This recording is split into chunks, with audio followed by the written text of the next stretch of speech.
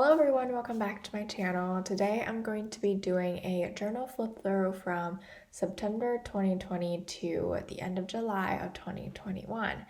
And this is the journal that I used from the Light Tower and from a German brand. I'm not going to be talking about every single individual page because that's going to be too much, and I'm flipping it in a quite fast pace just so you don't get bored of it. So you can see quite the stylistic change throughout the notebook, and there are quite a bit of pages that I really liked. So some of the things that I did in this notebook was journaling generally about the things that happened in my life or the major events that happened in the world, but also some notes for university meetings and information about universities, which turned out to be kind of useless, but I enjoyed doing the pages and they looked quite attractive.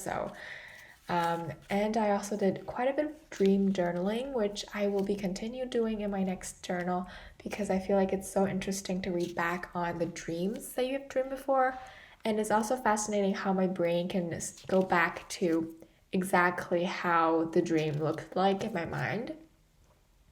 And some other purposes was tracking my grades and setting goals because during 2020 and the beginning of 2021, the planner I've been using was just simple to-do lists and I didn't have extra space for all of that. So I just wrote all of them into this journal. There was a lot of feelings and emotions involved in this journal, and I reread it before I did this flip through, and some of the things were pretty naive and just really cringy when I look back at it. And for some really low emotion, whenever I had really low emotions and I've written it down in this journal, I couldn't even remember what the thing was. So this kind of emphasizes how the little things really does not matter after a year when you look back on it. But there are definitely some important changes or events that happened in my life that kind of really shifted the way that I behave or the person that I am.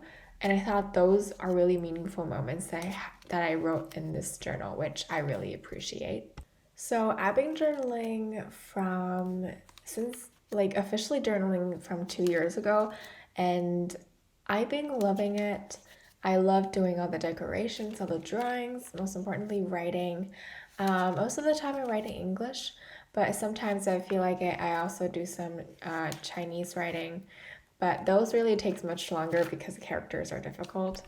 I look at my journal as one of my best friends because they can always listen to me whenever I want to say something, and I can make it the way that I want it to look. I can change different styles. I can do whatever I want in it, and not worrying about how other people will think or how their judgments on this. So we're almost to the end, and I wrote a little bit at the end just to conclude this whole journal. Life doesn't end in happily ever after, but that doesn't mean we shouldn't be a dreamer and a romantic. It's a contrast in life that makes it so bittersweet and unforgettable. I hope you always stay soft inside and be kind to all things and people.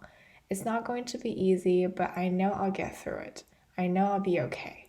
Take it easy and go with the flow.